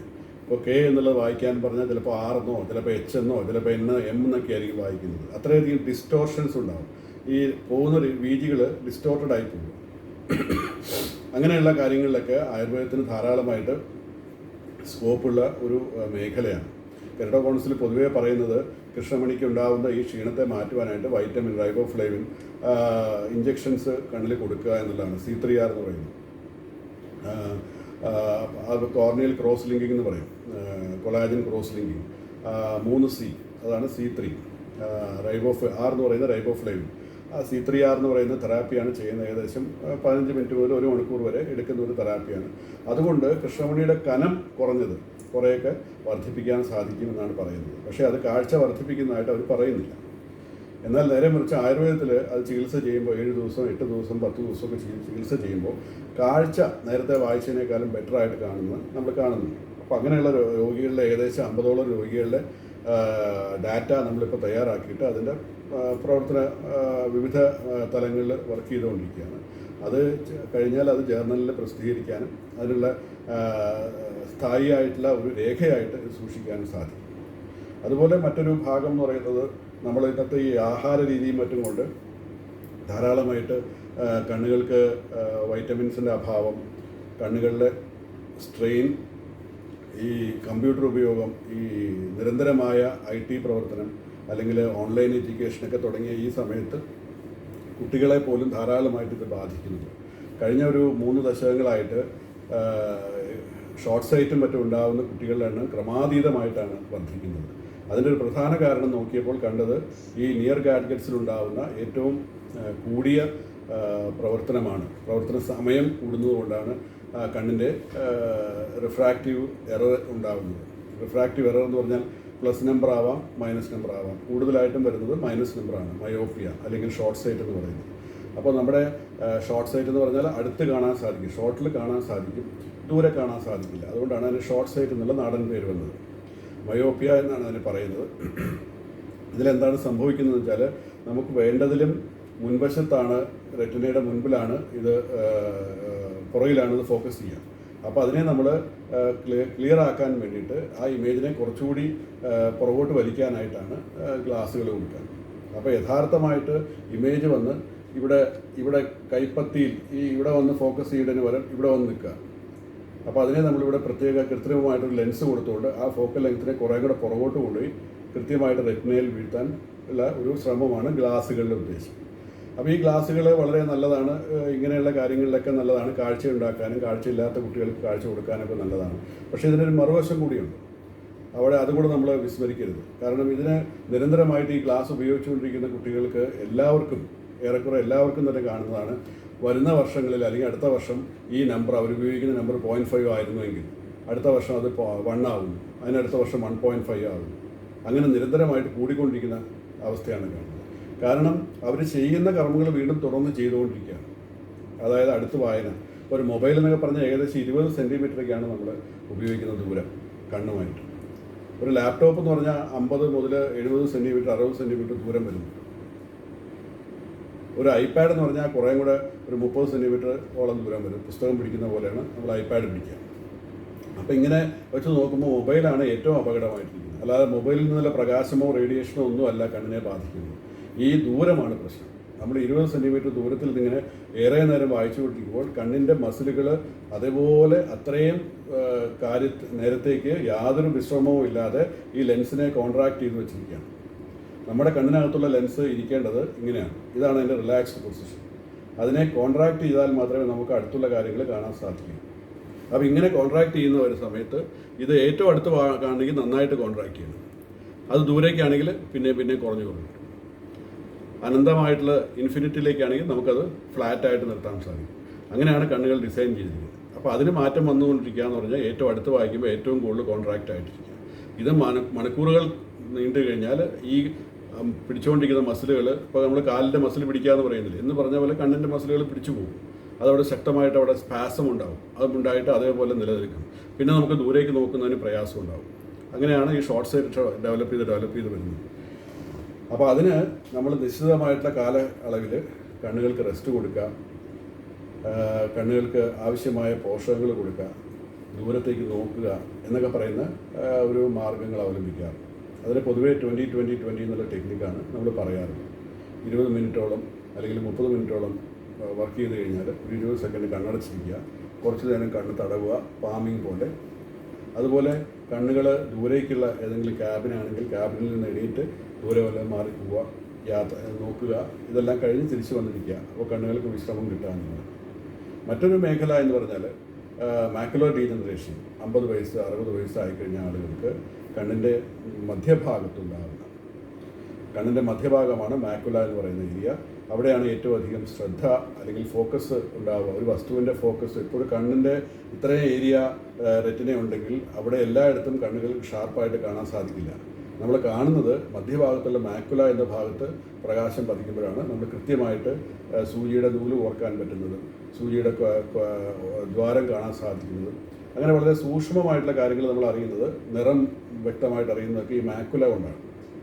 അപ്പോൾ ഈ മാക്കുലയ്ക്ക് ഉണ്ടാകുന്ന ഒരുതരം റസ്റ്റിംഗ് അല്ലെങ്കിൽ തുരുമ്പിക്കൽ അല്ലെങ്കിൽ ഡീജനറേഷനാണ് മാക്കുലർ ഡീജനറേഷൻ എന്ന് പറയുന്നത്. അത് ഏജുമായിട്ട് റിലേറ്റ് ചെയ്തുകൊണ്ട് അതിന് പറയുന്നത് ARMD എന്ന് പറയും, ഏജ് റിലേറ്റഡ് മാക്കുലർ ഡീജനറേഷൻ. അത് തന്നെ 2-3 തരത്തിൽ പറയുന്നത് പ്രധാനമായിട്ടും ഡ്രൈ ആൻഡ് വെറ്റ് എന്നുള്ള രീതിയിലാണ്. കണ്ണിനകത്തേക്ക് ലിക്വിഡ് ഫ്ലൂയിഡുകൾ വന്ന് നീര് കെട്ടുക എന്ന് പറയാം. അങ്ങനെയുള്ള അവസരത്തിൽ അതിന് വെറ്റ് മാക്കുലർ ഡീജനറേഷൻ എന്ന് പറയാം. നീരുകളൊന്നും ഇല്ലാതെ തന്നെ ഞരമ്പുകൾ കുറേ ഡ്രൈ ആവുകയാണെങ്കിലാണെങ്കിൽ അതിന് ഡ്രൈ മാക്കുലർ ഡീജനറേഷൻ. അത് കുറച്ചുകൂടെ ആധുനിക രീതിയിൽ ഇഞ്ചക്ഷനോ ഒന്നും സാധ്യമല്ലാത്ത ഒരു അസുഖമാണ്. എന്നിരുന്നാലും ആയുർവേദത്തെ സംബന്ധിച്ചിടത്തോളം ഇതിനെല്ലാം ചികിത്സ ചെയ്യുമ്പോൾ കാഴ്ച വർദ്ധിക്കുക എന്നുള്ള ഒരു പൊതു സ്വഭാവം ഇതിൽ കാണുന്നുണ്ട്. ഏതു തന്നെയായാലും വർഷങ്ങളോളം കാഴ്ച വർദ്ധിക്കാതിരുന്ന രോഗികൾക്ക് ആയുർവേദ ചികിത്സയിലൂടെ, അപ്പോൾ 60 ഇഞ്ചക്ഷൻ 50 ഇഞ്ചക്ഷൻ 100 ഇഞ്ചക്ഷനൊക്കെ എടുത്തിട്ട് വരുന്ന രോഗികൾക്ക് പോലും കാഴ്ച വർദ്ധിക്കാതിരുന്നിട്ട് ആയുർവേദ ചികിത്സയിൽ കേവലം 7 ദിവസം 10 ദിവസമൊക്കെ ചികിത്സ ചെയ്യുന്ന സമയത്ത് കാഴ്ച അവരുടെ വർദ്ധിക്കുന്നതായിട്ട് 3 മീറ്ററിനകത്തേക്കാണ് സാധാരണഗതിയിൽ മാക്കുലർ ഡീജനറേഷൻ ഉള്ളവർക്ക് കാണാൻ സാധിക്കുക. ബോർഡിൻ്റെ സ്നെല്ലൻസ് ചാർട്ട് എന്ന് പറയുന്ന ചാർട്ടിൽ 3 മീറ്റർ അടുത്ത് പിടിച്ചാൽ മാത്രമേ അവർക്ക് കാണാൻ സാധിക്കൂ. അങ്ങനെയുള്ളത് 6 മീറ്റർ ദൂരത്തേക്കും അതിനേക്കാളും കൂടുതലായിട്ടും വായിക്കാൻ സാധിക്കുക എന്ന് പറയുന്നത് തീർച്ചയായിട്ടും അവർക്ക് ഉണ്ടാകുന്നൊരു അച്ചീവ്മെൻറ്റാണ്. അപ്പം അങ്ങനെയുള്ള റീജനറേറ്റീവായിട്ടുള്ള പുനഃസൃഷ്ടിക്കുന്ന രീതിയിലുള്ള ഒരു നവീകരണം നമുക്ക് ആയുർവേദ ചികിത്സയിൽ കൊടുക്കാൻ സാധിക്കുന്നുണ്ട്. അതുകൂടാതെ അനവധി അലർജി രോഗങ്ങൾ ഇപ്പോൾ നമ്മൾ കാണാം. ഡോക്ടറെ, എനിക്ക് ഭയങ്കരമായിട്ട് കണ്ണിൽ ചൊറിച്ചിലുണ്ട്, കണ്ണ് ചുമന്ന് വരുന്നു, കണ്ണിൽ പീള വരുന്നു, ഇതെല്ലാം പറഞ്ഞിട്ട് ചെല്ലുമ്പോൾ നമുക്ക് എന്താ സാധാരണ ഒരു ഇംഗ്ലീഷ് ഡോക്ടറുടെ അടുത്ത് നിന്ന് കിട്ടുക? കണ്ണിൽ ഒഴിക്കാൻ ഡ്രോപ്സ് വരും, ഇത് ഒഴിക്കാൻ പറയും. അതായത് ഏതെങ്കിലും ആൻറ്റിബയോട്ടിക്കോ ഒരു പക്ഷേ ചിലപ്പോൾ സ്റ്റിറോയിഡ്സോ ആയിരിക്കാം. ഈ സ്റ്റിറോയിഡ്സ് വാങ്ങിച്ചിട്ട് വീട്ടിൽ പോകുന്ന ആൾ ഈ ഡോക്ടർ ഉദ്ദേശിച്ച് ഒരാഴ്ച അല്ലെങ്കിൽ 2 ആഴ്ച ഉപയോഗിച്ചിട്ട് നിർത്താനായിരിക്കും. ഇത് കിട്ടിയ ദിവ്യൌഷധം കിട്ടിയെന്നുള്ള രീതിയിൽ രോഗി കൊണ്ടുപോയിട്ട് അത് ഉപയോഗിക്കുന്നത് കാലാകാലങ്ങളോളമായിരിക്കും. ഈ സ്റ്റിറോയിഡ്സ് എല്ലാം കണ്ണിൽ ഉപയോഗിച്ച് കഴിഞ്ഞാൽ ഒരു പ്രത്യേക കാലഘട്ടം കഴിഞ്ഞാൽ ഒരാഴ്ച അല്ലെങ്കിൽ 1 മാസം കഴിഞ്ഞാൽ ധാരാളം ദൂരവ്യാപകമായിട്ടുള്ള പ്രത്യാഘാതങ്ങൾ, സൈഡ് എഫക്ട്സുകൾ ഉണ്ടാക്കുന്നതാണ് ഈ സ്റ്റിറോയിഡ്സ്. അങ്ങനെയുള്ള ഔഷധങ്ങളൊക്കെ കണ്ണിൽ നമ്മൾ നിരന്തരമായിട്ട് ഉപയോഗിച്ചുകൊണ്ടിരിക്കുകയാണെങ്കിൽ കണ്ണിനകത്തെ പ്രഷർ കൂടുക, കണ്ണിനകത്തെ തിമിരം വർദ്ധിക്കുക. ഇപ്പോൾ മോങ്ങാനിരുന്ന നായയുടെ തലയിൽ തേങ്ങ വീണെന്ന് പറഞ്ഞ പോലെ പ്രഷർ വരാൻ ചാൻസ് ഉണ്ടായിരുന്ന ഒരു കണ്ണായിരുന്നെങ്കിൽ ഇത് നിർബന്ധമായിട്ടും പ്രഷർ കൂട്ടിയിരിക്കും. കണ്ണിനകത്തെ ഇൻട്രാ ഓക്കുലർ പ്രഷർ കൂട്ടിയിരിക്കും, വർദ്ധിച്ചിരിക്കും. അല്ലെങ്കിൽ ഈ സാധാരണമായിട്ടുള്ള കണ്ണുകൾ ആണെങ്കിൽ പോലും ഈ കണ്ണുകളുടെ പ്രഷർ ക്രമാതീതമായിട്ട് വർദ്ധിച്ച് അയാളെ പോലും അറിയാതെ അയാളുടെ കാഴ്ചയുടെ പരിധി കുറഞ്ഞു വരും. ഗ്ലോക്കോമ എന്ന് പറയുന്ന അവസ്ഥ ഇത് ഇൻഡ്യൂസ് ചെയ്യും. അപ്പോൾ അങ്ങനെയുള്ള ധാരാളം പ്രയാസങ്ങൾ ഉണ്ടാക്കുന്നതാണ് ഇത്. അതുമാത്രമല്ല, ഈ ഔഷധങ്ങളെല്ലാം ഉപയോഗിക്കുമ്പോൾ ഉപയോഗിക്കുന്ന നേരത്തേക്ക് മാത്രമേ 5 മിനിറ്റോ 1 മണിക്കൂറോ നേരത്തേക്ക് മാത്രമേ ഇതിനുള്ള പരിഹാരം ഉണ്ടാവുകയുള്ളൂ. അത് കഴിഞ്ഞാൽ വീണ്ടും ഇത് ഒഴിക്കേണ്ട അവസ്ഥ വരും. അപ്പോൾ 3-4 പ്രാവശ്യം ഒഴിക്കാൻ പറയും. അത് രോഗിയുടെ വ്യാഖ്യാനം അനുസരിച്ച് അത് വേറെ രീതിയിലാണ്. അങ്ങനെയുള്ള യാതൊരു കാരണം നോക്കാതെയുള്ള ഒരു ചികിത്സയാണ് പലപ്പോഴും നമുക്ക് കിട്ടാറുള്ളത്. എന്നാൽ ആയുർവേദത്തിൽ ഇതുപോലുള്ള അസുഖങ്ങൾക്ക് പ്രധാനമായിട്ട് നമ്മൾ ചോദിക്കുന്ന ചോദ്യം സൈനസ് സംബന്ധമായിട്ട് പ്രയാസങ്ങളുണ്ടോ, മൂക്കിൽ നിന്ന് വെള്ളം വരികയോ തലവേദന എടുക്കുകയോ വായിക്കാൻ നേരത്തെ പ്രയാസം അനുഭവപ്പെടുകയോ, ഇങ്ങനെയല്ല രാവിലെ തലയ്ക്ക് ഭാരം തോന്നുന്നുണ്ടോ, തല കുനിക്കുമ്പോൾ ഭാരമുണ്ടോ, ഇങ്ങനെയൊക്കെയുള്ള ചോദ്യങ്ങളിൽ കൂടി നമ്മൾ സൈനസിൻ്റെ നിലവാരം കൂടി പരിശോധിക്കും. ഈ maxillary sinus, sphenoid sinus, frontal sinus എന്ന് പറയുന്ന ഇവിടങ്ങളിലെല്ലാം ജലമാണോ കഫമാണോ അത് വായുവിൻ്റെ അറകളാണ്, അവിടെ വായു സഞ്ചരിക്കേണ്ടതാണ്. അങ്ങനെ ഉണ്ടെങ്കിൽ മാത്രമേ ഇവിടെ കണ്ണിൻ്റെ പ്രവർത്തനങ്ങൾക്കെല്ലാം ഊർജ്ജം അല്ലെങ്കിൽ അതിന് പ്രവർത്തനക്ഷമത നൽകാൻ സാധിക്കും. അപ്പോൾ കണ്ണിന് ചൊറിച്ചിലായിട്ട് വരുന്ന ഒരാൾക്ക് ഒരുപക്ഷെ നമ്മൾ കണ്ണിലേക്കുള്ള മരുന്ന് മാത്രമായിരിക്കില്ല കൊടുക്കുക. നമ്മൾ നിർദ്ദേശിക്കുന്ന നസ്യം ചെയ്യണം, നിങ്ങൾ കഫം കളയാൻ വേണ്ടി നസ്യം ചെയ്യണം എന്ന് പറയും. അപ്പോൾ എന്തിനാ പലരും ആലോചിക്കും, ചോദിക്കില്ലെങ്കിലും പലരും ആലോചിക്കും, എടാ എൻ്റെ കണ്ണിൻ്റെ കാര്യം പറഞ്ഞിട്ട് ഡോക്ടർ ഈ മൂക്കിൻ്റെ മരുന്ന് ഒഴിക്കണം എന്ന് പറയുന്നത്. ഇതാണ് അതിൻ്റെ കാര്യം. അപ്പോൾ സൈനസ് ക്ലിയർ ആയി കഴിഞ്ഞാൽ കണ്ണിലെ ഒട്ടനവധി അലർജി സംബന്ധമായിട്ടുള്ള പ്രശ്നങ്ങൾ ഒഴിവായി കിട്ടും എന്നുള്ളതാണ് സാരം. ധാരാളമായിട്ട് ഇന്ന് ഉപയോഗിക്കുന്ന മരുന്നുകളുടെ ദുരുപയോഗം നമുക്ക് തടയാൻ സാധിക്കും. ഇപ്പോൾ FML എന്ന് പറയുന്ന ഡ്രോപ്സ്, അതുപോലെ തന്നെ ഒരുപാട് എന്ത് പറഞ്ഞാലും കൊടുക്കുന്നതാണ് സെല്ലുലോസിൻ്റെ ഈ ആർട്ടിഫിഷ്യൽ ടിയേഴ്സ് എന്ന് പറയുന്ന റിഫ്രഷ് ടിയേഴ്സ്, ഐ ജെല്ല്, അങ്ങനെയുള്ള കാര്യങ്ങളൊക്കെ ഉണ്ട്. ഇതെല്ലാം സർവ്വസാധാരണമായിട്ട്, പിന്നെ അതുകൂടാതെ ആൾക്കാർ ഉപയോഗിക്കുന്ന ജെൻഡാമൈസിൻ പോലുള്ള ആൻറ്റിബയോട്ടിക്കുകൾ, മൈൽഡ് ആൻറ്റിബയോട്ടിക്കുകളൊക്കെ സ്വയമായിട്ട് ഉപയോഗിക്കുന്നു. അപ്പോൾ ഇതൊക്കെ കണ്ണിൻ്റെ pH വാല്യൂയെ ഒരുപാട് മാറ്റുന്നുണ്ട്. കണ്ണിന് ഒരു ഘടനയുണ്ട്.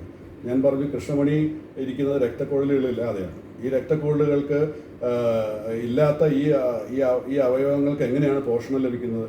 അത് മുൻവശത്തുള്ള കൃഷ്ണമണി നനയുന്ന ആ ജലത്തിൽ നിന്നും, മുൻവശത്ത് നിന്ന് കിട്ടുന്ന വായുവിൽ നിന്നും, കണ്ണിൻ്റെ പിൻവശത്തു കൂടി കൃഷ്ണമണിയുടെ പുറകിൽ കൂടി നനയുന്ന ദ്രാവകമുണ്ട്, അക്വസ് ഹ്യൂമർ. അതുമെല്ലാം നനവുള്ളതുകൊണ്ടാണ് ഈ കൃഷ്ണമണിക്ക് ജീവൻ കിട്ടുന്നത്. അത് ജീവനോടിരിക്കുന്നതും സുതാര്യത കാത്തു സൂക്ഷിക്കുന്നതും. അതല്ലെങ്കിൽ അടുത്ത നിമിഷം അത് വെളുത്തു പോകും, കൃഷ്ണമണിയുടെ അന്ധതയുണ്ടാകും. അപ്പോൾ അങ്ങനെ ഇല്ലാതെ അതിനെ പരിപാലിക്കുന്ന ഈ അവസരത്തിൽ ഈ ഡ്രോപ്സുകളൊക്കെ നിരന്തരമായിട്ട് ഉപയോഗിക്കുമ്പോൾ ഈ കണ്ണിനകത്തെ ഫ്ലോറൈഡ് അസിഡിറ്റി വാല്യൂ മാറും, അതിൻ്റെ pH വാല്യൂ മാറിയിട്ട് അത് കൂടുതൽ അസിഡിക് ആവാൻ ചാൻസ് ഉണ്ട്. അങ്ങനെ ആയിക്കഴിഞ്ഞാൽ അത് ദൂരവ്യാപകമായിട്ടുള്ള പ്രതിഫലനങ്ങൾ കണ്ണുകളിൽ ഉണ്ടാക്കും. അപ്പോൾ ഈ ഔഷധങ്ങളൊക്കെ നിരന്തരമായിട്ട് കണ്ണുകൾ ഉപയോഗിക്കുന്നത് ഒരു തടയപ്പെടേണ്ട വസ്തുതയാണ്. അത് എപ്പോഴും നമ്മൾ ശ്രദ്ധ കൊടുക്കേണ്ട ഒരു വസ്തുതയാണ്. അപ്പം അങ്ങനെയുള്ള അവസരത്തിൽ സമഗ്രമായിട്ടുള്ള നസ്യ ചികിത്സ, കണ്ണിൽ കഷായ ധാര ചെയ്യുക, കണ്ണിൽ നെയ്യ് നിർത്തുക, ഇതൊക്കെ വളരെ സൗമ്യങ്ങളായിട്ടുള്ള ചികിത്സകളുമാണ്. അതിനെ കണ്ണിൻ്റെ pH ബാധിക്കാത്തതാണ്. ഇതിനൊന്നും ഒരു സൈഡ് എഫക്റ്റും ഉള്ളതായിട്ട് നമുക്ക് അറിയില്ല. അപ്പോൾ അത്രയധികം സൂക്ഷ്മമായിട്ട് നമുക്ക് കാഴ്ച വർദ്ധിപ്പിക്കുവാനും സൈനസിൻ്റെ പ്രോബ്ലം കുറയ്ക്കുവാനും അതോടൊപ്പം തന്നെ മറ്റ് ഔഷധങ്ങളും മറ്റും നൽകിക്കൊണ്ട് ഇത് ചെയ്യാനും സാധിക്കും. അങ്ങനെയുള്ള ഡീജനറേറ്റീവ് ആയിട്ടുള്ള അസുഖങ്ങൾ, അലർജി സംബന്ധമായിട്ടുള്ള അസുഖങ്ങൾ, കെരട്ടോകോണസ് പോലുള്ള അസുഖങ്ങൾ, അതുകൂടാതെ കുട്ടികൾക്കുണ്ടാകുന്ന മറ്റ് കാഴ്ച തകരാറുകൾ, അസ്റ്റിഗ്മാറ്റിസം, മയോപ്പിയ, ഹൈപ്പർമെട്രോപ്പിയ തുടങ്ങിയ കണ്ണട ഉപയോഗിക്കേണ്ട വരുന്ന ഒരുപാട് രോഗങ്ങളിൽ കണ്ണട മാത്രമല്ല പ്രതിവിധി. ആയുർവേദത്തിൽ കണ്ണട ഒഴിവാക്കാനും കണ്ണട കുറച്ചുകൊണ്ട് വരുവാനും കണ്ണിൻ്റെ ശക്തി കൂട്ടുവാനും കാഴ്ച വർദ്ധിപ്പിക്കുവാനുള്ള അനവധി ചികിത്സാ രീതികൾ ഇന്ന് ലഭ്യമാണ്. ഇതാണ് പൊതുവേ ആയുർവേദ നേത്ര ചികിത്സയെക്കുറിച്ച് പറയാൻ. ഇപ്പോൾ ഒരു നേത്ര ചികിത്സയിൽ പലപ്പോഴും ചോദിക്കുന്ന ചോദ്യമാണ്, പലരും വരുന്നതും ഒക്കെ കാണാറുണ്ട്, എനിക്ക് കാറ്ററാക്റ്റ് ആണെന്ന് പറഞ്ഞു, അതിന് ആയുർവേദത്തിൽ പ്രതിവിധിയുണ്ടോ? കാറ്ററാക്റ്റ് എന്ന് പറഞ്ഞാൽ ലെൻസിന് വെളുപ്പ് വന്നിട്ട് ആ ലെൻസിൻ്റെ സുതാര്യത നഷ്ടപ്പെടുന്നതിനാണ് നമ്മൾ കാറ്ററാക്റ്റ് എന്ന് പറയുന്നത്, തിമിരം എന്ന് പറയുന്നത് സാധാരണ ഭാഷയിൽ. അപ്പോൾ അതിന് നമ്മൾ ആയുർവേദവും തിമിരത്തിൽ പറയുന്നത് ശസ്ത്രക്രിയ തന്നെയാണ്. തിമിരം വന്നു പോയെങ്കിൽ അല്ലെങ്കിൽ പകുതിയോളം ആയെങ്കിൽ നിശ്ചയമായിട്ടും ശസ്ത്രക്രിയ തന്നെയാണ് കാഴ്ച വർദ്ധിപ്പിക്കാൻ നല്ലത്. ബാക്കിയുള്ള ജീവിതകാലം മുഴുവനും നല്ല കാഴ്ചയോടുകൂടി ഇരിക്കാനായിട്ട് ശസ്ത്രക്രിയ സഹായിക്കും. അപ്പോൾ അതിനെ നമുക്ക് തീർച്ചയായിട്ടും മാനിക്കണം. ഇന്നത്തെ കാലത്ത് തിമിര ശസ്ത്രക്രിയ എന്ന് പറഞ്ഞാൽ ഏറ്റവും സങ്കീർണത കുറഞ്ഞ, ഏറ്റവും സിമ്പിളസ്റ്റ് ആയിട്ടുള്ളൊരു ചികിത്സ ആണ്, ശസ്ത്രക്രിയയാണ്. കേവലം 10 മിനിറ്റ് കൊണ്ടോ മറ്റോ നടത്താവുന്ന കാര്യം, ഏതൊരു സാഹചര്യത്തിലും നടത്താവുന്ന ശസ്ത്രക്രിയയാണ് കാറ്ററാക്റ്റിൻ്റെ ഫാക്കോ എമൽസിഫിക്കേഷൻ അല്ലെങ്കിൽ കാറ്ററാക്ട്സ് എക്സ്ട്രാക്ഷൻ എന്നൊക്കെ പറയുന്നത്. അപ്പോൾ അതിൽ കൃത്യമായിട്ടുള്ള കമ്പ്യൂട്ടറൈസ്ഡ് കാൽക്കുലേഷൻ അനുസരിച്ച് ഉണ്ടാക്കിയെടുത്ത കൃത്രിമ ലെൻസുകൾ അതിൽ വച്ച് പിടിപ്പിക്കാനും ഇന്നത്തെ ടെക്നോളജി സാധിക്കുന്നു. പണ്ട് കാലത്ത് ആയുർവേദത്തിൽ ചെയ്ത ശസ്ത്രക്രിയയിൽ ഈ കൃത്രിമ ലെൻസിന് ഒഴികെ ബാക്കി എല്ലാ ഭാഗങ്ങളും ഇപ്പോഴും അത് തന്നെയാണ് ചെയ്യുന്നത്. അത് ദ്വാരമിടുന്നതും അതിനകത്തേക്ക് ശലാക കിടത്തുന്നതും എല്ലാം ഇപ്പോഴും അതുപോലെ തന്നെയാണ് പിന്തുടരുന്നത്. പക്ഷേ ഇപ്പോൾ പകരമായിട്ട് നമ്മൾ ലെൻസും കൂടെ വയ്ക്കുന്നുണ്ട്. അപ്പോൾ അന്നത്തെ കാലത്ത് ഓപ്പറേഷൻ സമയത്ത് ഒന്നും കാണാതിരുന്ന വ്യക്തികൾക്ക് ഓപ്പറേഷൻ കഴിയുമ്പോൾ ഒരു 3 മീറ്ററോളം അകലത്തിലുള്ള കാഴ്ച കിട്ടുമായിരുന്നു. അങ്ങനെയാണ് ഓപ്പറേഷൻ ചെയ്തതെന്ന് വിടുക ആയുർവേദത്തിൽ പണ്ട് കാലത്ത്. അതിന് മാറി ഇന്ന് സൂക്ഷ്മമായിട്ടുള്ള കാഴ്ച നമുക്ക് കൊടുക്കാൻ സാധിക്കും ഈ ലെൻസ് ഇടുന്നുണ്ട്. അപ്പോൾ ആ ഒരു വ്യത്യാസമാണ് അന്നും ഇന്നും തമ്മിലുള്ള വ്യത്യാസം. അതുപോലെ സർജറി വേണ്ടതായിട്ടുള്ള അസുഖങ്ങളാണ് റെറ്റിനൽ ഡിറ്റാച്ച്മെൻറ്റ്. ആളുകൾ പലരും വന്ന് ചോദിക്കാറുണ്ട്, എനിക്ക് എൻ്റെ റെറ്റിന ഡിറ്റാച്ച്ഡാണ്, എനിക്ക് സർജറിക്ക് താല്പര്യമില്ല, ആയുർവേദം ചെയ്യാമോ? റെറ്റിന ഡിറ്റാച്ച് ചെയ്യുക എന്ന് പറയുന്ന ഒരു മെക്കാനിക്കൽ പ്രോബ്ലമാണ്. ഒരു റെറ്റിന നമ്മുടെ പാട അടർന്ന് വീഴുകയാണ്. അതിനെ എടുത്ത് കൂട്ടിച്ചേർത്ത് വയ്ക്കുക എന്നുള്ള തുന്നലിൽ കൂടെ തന്നെ സാധിക്കുന്നു. ആയുർവേദത്തിൽ അത് അസാധ്യമാണ്. അപ്പോൾ അത് മോഡേൺ ചികിത്സ അനുസരിച്ചുള്ള റെറ്റിനൽ ഡിറ്റാച്ച്മെൻറ്റിൻ്റെ സ്ക്ലീറൽ ബക്ലിംഗ് എന്ന് പറയുന്ന ധാരാളം ശസ്ത്രക്രിയകളുണ്ട്. ലേസർ കൊണ്ട് ചെയ്യുന്നവയുണ്ട്. അല്ലാതെ ക്രയോ കൊണ്ട് ചെയ്യുന്നതുണ്ട്, തണുപ്പിച്ച് ചെയ്യുന്നത്, അങ്ങനെയുള്ള വിവിധങ്ങളായിട്ടുള്ള മെത്തേഡുകളുകൊണ്ട് ശസ്ത്രക്രിയ ചെയ്ത് ഈ ഡിറ്റാച്ച് ചെയ്ത റെറ്റിനയെ പൂർവ്വസ്ഥിതിയിലേക്ക് കൊണ്ടുവരാൻ സാധിക്കും. പല കേസുകളിലും 90% അത് സാധിക്കും. അപൂർവം ചില കാര്യങ്ങളിൽ മാത്രമേ ഫെയിലിയർ വരാറുള്ളൂ. അപ്പോൾ അങ്ങനെയുള്ള ശസ്ത്രക്രിയ കൊണ്ട് സാധ്യമാകാവുന്ന അസുഖങ്ങൾക്ക് നിങ്ങൾ മോഡേൺ മെഡിസിനെ സമീപിക്കണമെന്ന് തന്നെയാണ് എൻ്റെ അഭിപ്രായം. പക്ഷേ അവർക്ക് കാരണം ഇതൊരു മോഡേൺ മെഡിസിൻ എന്ന് പറയുന്നത് സർജിക്കൽ സ്പെഷ്യാലിറ്റിയാണ് ഓഫ്താൽമോളജിയെ സംബന്ധിച്ചിടത്തോളം. നേത്രചികിത്സയെ സംബന്ധിച്ചിടത്തോളം ആയുർവേദം ഔഷധ സാധ്യമായതും ഇംഗ്ലീഷ് മെഡിസിൻ ശസ്ത്രക്രിയ സാധ്യമായതുമായിട്ടുള്ള വിഭാഗമാണ്. അപ്പോൾ അതിൻ്റെ സാധ്യതകൾ നമ്മൾ വിശകലനം ചെയ്തിട്ട് മനസ്സിലാക്കിക്കൊണ്ട് ഏതിനാണോ മെച്ചം ആ രീതിയിൽ തിരഞ്ഞെടുക്കുക എന്നുള്ളതാണ്. ഇപ്പോൾ ഡീജനറേറ്റീവ് ആയിട്ടുള്ള അസുഖങ്ങൾക്ക് ധാരാളമായിട്ട് ആയുർവേദം സുഗമമായിട്ട് ഉപയോഗിക്കുകയും അതിന് നേട്ടം നമുക്ക് കൈവരിക്കുകയും ചെയ്യാം. അടിയന്തരമായിട്ട് പ്രാധാന്യമുള്ളതോ അല്ലെങ്കിൽ ഇപ്പോൾ സ്റ്റെറോയിഡ്സ് തന്നെ കൊടുത്തേ മതിയാവും എന്ന് പറയുന്ന ഘട്ടത്തിൽ സ്റ്റെറോയിഡ്സ് കൊടുക്കുക, കൂടെ ആയുർവേദം സ്റ്റാർട്ട് ചെയ്യാം. പലർക്കും ഒരു തെറ്റിദ്ധാരണയുണ്ട്, ഇംഗ്ലീഷ് മരുന്ന് കഴിക്കുമ്പോൾ ആയുർവേദം കഴിക്കാമോ? അതിനെ ഊട്ടി ഉറപ്പിച്ചുകൊണ്ട് പല ഡോക്ടർമാരും പറയാറുണ്ട് ആയുർവേദം വേണ്ട നിങ്ങൾ ആയുർവേദം അല്ലാതെ കഴിക്കുന്നത് നിർത്തണം. ഈ അടുത്ത കാലത്ത് ഒരു പ്രസ്താവന വന്നു, ആയുർവേദ മരുന്ന് കഴിച്ചുകൊണ്ട് ലിവർ ഡാമേജ് ആയി എന്ന് പറഞ്ഞു. അതിൻ്റെ സത്യാവസ്ഥയും മറ്റും വിശദീകരിച്ചുകൊണ്ട് ആയുർവേദ പണ്ഡിതന്മാരും പ്രൊഫസർമാരും മുന്നോട്ട് വരികയുണ്ടായി. വളരെ വസ്തുനിഷ്ഠമായ അല്ലെങ്കിൽ ദോഷരഹിത ദൃഷ്ടിയോടുകൂടി തയ്യാറാക്കിയ ഒരു റിസർച്ച് ആയിരുന്നു അത്. ഈ അവർ കഴിച്ചുകൊണ്ടിരുന്ന ഇംഗ്ലീഷ് മെഡിസിൻസ് അല്ലെങ്കിൽ പാരസെറ്റമോളാണ് ഏറ്റവും അധികം കരളിനെ കാർന്നു നിൽക്കുന്നത്. ഈ പാരസെറ്റമോൾ കഴിക്കാത്ത മലയാളിയോ ജനങ്ങളോ ഉണ്ടാവില്ല. അത് വർഷങ്ങളോളം കഴിച്ച വസ്തുത മറച്ചു വെച്ചുകൊണ്ട് കഴിഞ്ഞ 6 മാസമായിട്ട് ആയുർവേദ ഔഷധം കഴിച്ചിരിക്കുകയായിരുന്നു. അതുകൊണ്ട് ഇയാളുടെ ലിവർ അടിച്ചു പോയതിൻ്റെ പ്രധാന കാരണം 5000 പേഷ്യൻസ് നോക്കിയാൽ 90 പേഷ്യൻസിൽ ലിവറിൻ്റെ പ്രോബ്ലം ഉണ്ട്. ആ 90 പേഷ്യൻറ്റിൽ 30 പേഷ്യൻസോളം ആയുർവേദം കഴിച്ചിരുന്നു. എന്നാൽ ഈ 30 പേഷ്യൻസോളം അതിൻ്റെ കൂടാതെ തന്നെ ഇപ്പോൾ വേദന സംഹാരികൾ കഴിച്ചിരുന്നോന്നോ സ്റ്റിറോയിഡ്സ് കഴിച്ചിരുന്നോന്നോ മറ്റ് ഇംഗ്ലീഷ് മരുന്നുകൾ കഴിച്ചിരുന്നോ എന്നുള്ള കാര്യം മറച്ചു വെച്ചിരിക്കുകയാണ്. എന്നിട്ട് സ്ഥാപിച്ചെടുക്കുകയാണ് ആയുർവേദം കൊണ്ട് ലിവർ അടിച്ചു പോയി. ഇത് തന്നെയാണ് പലപ്പോഴും പറ്റാറുള്ളത്, കിഡ്നി അടിച്ചു പോയത് ആയുർവേദം കഴിച്ചുകൊണ്ട് നിർത്താൻ പറയാമെന്ന്. നമ്മുടെ ചില ഭൂവിഭാഗത്തിൻ്റെ സവിശേഷതകൾ കാരണം അവിടെ ഭൂമിയിൽ ധാരാളമായിട്ട് കാഡ്മിയം, ലെഡ്, ആർസനിക് തുടങ്ങിയ വിഷവസ്തുക്കൾ, ഖനലോഹങ്ങളുണ്ടാകും. അത് സ്വാഭാവികമായിട്ടും മരത്തിൽ വലിച്ചെടുത്തിട്ട് അത് വേരുകളും മറ്റും കഷായമായിട്ടുണ്ടാക്കുമ്പോൾ പലപ്പോഴും അതിൽ ഈ ഔഷധങ്ങളിൽ ഇത് കടന്നുകൂടാറുണ്ട്. ഇപ്പോൾ അതെല്ലാം മാറ്റം വരുത്തി അതിൻ്റെ ക്വാളിറ്റി മെത്തേഡ്സൊക്കെ മാറ്റി അതിനെല്ലാം വേർതിരിച്ച് നമുക്ക് മരുന്നുണ്ടാക്കാനുള്ള സംവിധാനങ്ങളുണ്ട്. എന്നിട്ടും പഴയ ഏതോ കണക്കുകൾ വെച്ചുകൊണ്ട് ആയുർവേദം എന്ന് പറഞ്ഞാൽ മുഴുവനും രാസവസ്തുക്കളാണ്, ഇത് ശരീരത്തിൽ ഫിൽട്ടർ ചെയ്യില്ല, കിഡ്നി അടിച്ചു പോകും, ലിവർ അടിച്ചു പോകും, ലങ്സ് അടിച്ചു പോകും, ഇതൊക്കെയാണ് പ്രസ്താവം. കാടടിച്ച് വിടുവിക്കുക എന്ന് പറയുന്ന പോലെ വസ്തുനിഷ്ഠമായിട്ട് കാര്യങ്ങളെ സമീപിക്കാതെ പരസ്പരം പൂരകമായിട്ട് നിൽക്കാതെ തമ്മിലടിക്കുന്നൊരു പ്രവണത അത് കുറച്ച് പേർക്കെങ്കിലും അങ്ങനെ കാണുന്നുണ്ട്. അപ്പോൾ അതിൽ നിന്ന് മാറി ഞാനിപ്പോൾ ഇത്ര നേരം സംസാരിച്ചത് ഏതെങ്കിലും വിദ്വേഷത്തോടെ ഒന്നുമല്ലല്ലോ. ഞാൻ പറഞ്ഞ ആയുർവേദത്തിൽ ചെയ്യാൻ സാധിക്കുന്ന കാര്യങ്ങൾ ആയുർവേദത്തിൽ ചെയ്യാൻ ശ്രമിക്കുക. അതിൽ പറ്റാത്ത കാര്യങ്ങൾ ആധുനിക ഔഷധങ്ങളിൽ നമ്മൾ തേടി പോകാവുന്നതാണ്. അപ്പോൾ അങ്ങനെയാണ് എനിക്ക് ഇതിലേക്ക് പറ്റി പറയാനുള്ളത്. ഇനി എന്തെങ്കിലും സംശയങ്ങളുണ്ടെങ്കിൽ തീർത്ത് നമുക്ക് പോകുന്നതായിരിക്കും നല്ലതെന്ന് തോന്നുന്നു. 4 എനിക്കൊരു സംശയം ചെയ്യാനുള്ളത്, എൻ്റെ കണ്ണിന് ഒരു വർഷം മുന്നേ ഇടത് കണ്ണിന് കാഴ്ചയില്ലാതെ പെട്ടെന്ന് ഒരു ദിവസം നമ്മൾ ഈ വലത് കണ്ണ് അടച്ചു പിടിച്ചിട്ട് ഇടത് കണ്ണ് തുറന്നു നോക്കുമ്പോൾ ഒരു കറുപ്പ് മാത്രമേ കാണുന്നുണ്ടായിരുന്നുള്ളൂ. അപ്പൊ അങ്ങനെ ആയി കഴിഞ്ഞപ്പോൾ നമ്മൾ കണ്ണാശുപത്രി കൊണ്ട് കാണിച്ച് അപ്പൊ അവിടെ ടെസ്റ്റ് ചെയ്തപ്പോൾ അവർ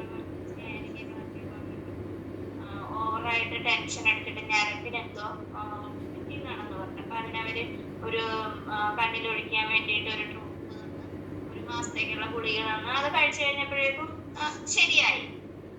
പിന്നീട് അത് കഴിഞ്ഞിട്ട് ഈ കഴിഞ്ഞ നമ്മുടെ പഞ്ചായത്ത് ഇലക്ഷൻ സമയത്ത് എനിക്ക് അതേപോലെ തന്നെ വലത് കണ്ണിനുണ്ടായി.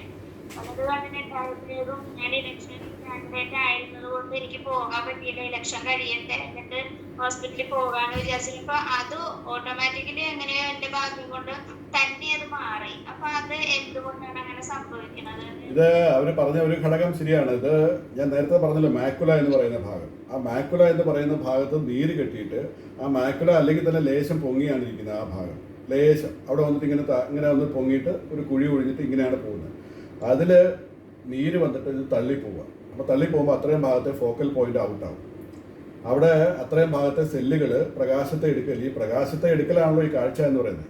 ഈ സെല്ലുകൾ എന്ന് പറയുന്നത് ഫോട്ടോ റിസപ്റ്റേഴ്സ് ആണ്. ഫോട്ടോ എന്ന് പറഞ്ഞാൽ പ്രകാശം. ആ പ്രകാശരശ്മികളെ ആഗിരണം ചെയ്യുക എന്നതാണ് ഒരു ധർമ്മം. അത് ചെയ്തിട്ട് അതേപോലെ എന്താണോ പ്രകാശം കിട്ടിയത് അതേ കമാൻഡ് തലച്ചോറ് കൊടുക്കുമ്പോഴാണ് നമുക്ക് കാഴ്ച കിട്ടിയെന്ന് പറയുന്നത്. അപ്പോൾ ഈ വരുന്ന സമയത്ത് ഇവിടെ നിന്ന് വീഴുന്ന പ്രകാശങ്ങൾ, ഇവിടേക്ക് വീഴുന്ന പ്രകാശങ്ങളെ ഇതിന് കണ്ടക്ട് ചെയ്യാൻ പറ്റില്ല, ഇത് തലച്ചോറിലേക്ക് കൊടുക്കാൻ പറ്റില്ല. അപ്പോൾ അത്രയും ഭാഗം ശൂന്യമാവും. ആ ശൂന്യതയാണ് നമ്മൾ ബ്ലാക്ക് ആയിട്ട് കാണുന്നത്. അതുകൊണ്ടാണ് നോക്കുന്ന ഭാഗത്ത് നമ്മളൊരു വട്ടത്തിൽ ദ്വാരമായിട്ട് അല്ലെങ്കിൽ ഒരു ബ്ലാക്ക് ഹോൾ പോലെ അത് ഇപ്പം രണ്ടാമത് പറഞ്ഞ കാര്യമാണ് ശരി. കുറച്ച് കഴിയുമ്പോൾ റിസോൾവ് ആയി പോകും. കാരണം ഒരു സമയം കഴിയുമ്പോൾ റിസോൾവ് ആയി പോകും. അത് പോവാതെ വരുമ്പോഴാണ് ചികിത്സയുടെയൊക്കെ ആവശ്യം. ഇപ്പോൾ നേരത്തെ വന്നതും ആ മരുന്നുകൾ ഒഴിച്ചില്ലെങ്കിലും അത് കുറച്ച് നാൾ കഴിയുമ്പോൾ അത് മാറിപ്പോകും. ഇപ്പോൾ കോവിഡ് കാലത്ത് ആരും ഹാർട്ട് അറ്റാക്ക് വന്ന് മരിക്കുകയൊന്നും ഉണ്ടായില്ലല്ലോ അധികമൊന്നും. 1 വർഷം 1.25 വർഷം ഇരുന്നിട്ടും ആശുപത്രി പോകാതെ അടിയന്തര ശസ്ത്രക്രിയ ചെയ്യാതെ ഒന്നും ഇരുന്നിട്ട് ആർക്കും ഒന്നും പറ്റിയില്ലല്ലോ. അത് പക്ഷേ നമുക്ക് ഡാറ്റ ഇല്ലാത്തതുകൊണ്ട് നമുക്കിങ്ങനെ തെളിച്ച് പറയാനൊന്നും പറ്റില്ല. എന്നാലും ഇതാണ് വാസ്തവം. എന്ന് പറഞ്ഞ പോലെ ഈ അസുഖങ്ങൾ പലതും മാറിപ്പോകുന്നുണ്ട്. ഇതിന് എന്താണ് കാരണം എന്ന് പറഞ്ഞാൽ അതിനെ ചികിത്സിക്കുക എന്നുള്ളതാണ്. സ്ട്രെസ് ഒരു പ്രധാന കാരണമായിട്ട് പറയാറുണ്ട്. ഉറക്കമിളയ്ക്കുക, സങ്കീർണമായ പ്രശ്നങ്ങളിൽ കൂടെ കടന്നു പോവുക, മനസ്സംഘർഷം അനുഭവിക്കുക, ദേഷ്യം സംസാരിക്കുക, ഷുഗർ ഉണ്ടാവുക. ഈ ഷുഗർ എന്ന് പറയുന്നത് ഞാൻ ഈ പറഞ്ഞ 5ാമത്തെ കാരണം വലിയൊരു ഘടകമാണ്. ഡയബറ്റീസ് കുറേ കാലമായിട്ട് 7-8 വർഷമായിട്ട് ഡയബറ്റീസ് ഉണ്ടാവുകയും ആ ഡയബറ്റീസ് നിയന്ത്രണ വിധേയമല്ലാതെ ഇരിക്കുകയും ചെയ്യാം. പൂർണ്ണമായ നിയന്ത്രണ വിധേയമല്ലാതെ ഇരിക്കുകയാണെങ്കിൽ ഇങ്ങനെയുള്ള നീരുകൾ വയ്ക്കാനായിട്ട് സാധ്യതയാണ്. കാരണം ഡയബറ്റീസ് ശരീരത്തിൻ്റെ രക്തസംക്രമണത്തെ വല്ലാതെ ബാധിക്കുന്നു.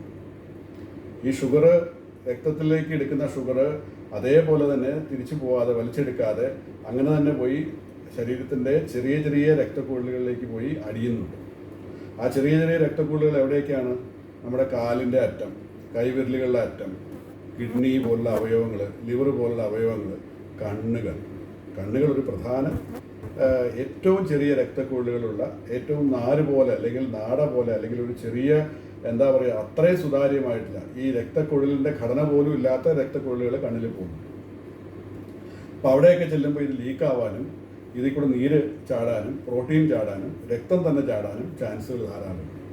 അങ്ങനെയാണ് diabetic retinopathy, diabetic macular oedema എന്നൊക്കെ പറയുന്നുണ്ടാകുന്ന അവസ്ഥ. ഇതൊരു സെൻട്രൽ സീറസ് റെറ്റിനോപ്പതി ടെൻഷൻ കൊണ്ടുണ്ടാകുന്നത് ഭൂരിഭാഗം അതുണ്ടാവാനാണ് സാധ്യത. ഡയബറ്റിക് അല്ലെങ്കിൽ അത് കൂടുതലുണ്ടാവാൻ സെൻട്രൽ സീറസ് റെറ്റിനോപ്പതി CSR എന്ന് പറയുന്ന അസുഖമാണ്. അത് വന്നിട്ട് റിസോൾവ് ആയിപ്പോകും.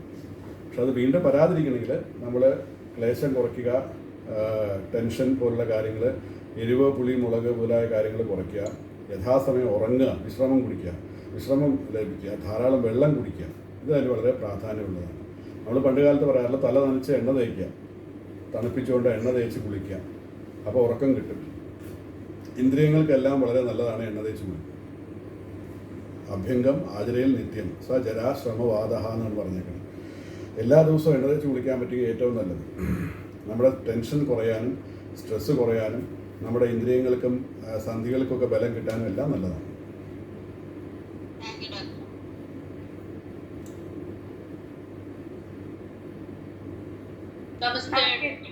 പറയൂ. നമസ്തേ. ഡോക്ടറെ, എന്റെ കണ്ണില് ഒരു 3 വർഷമായിട്ട് ഡ്രൈനസ് ആവും. ഏതാണ്?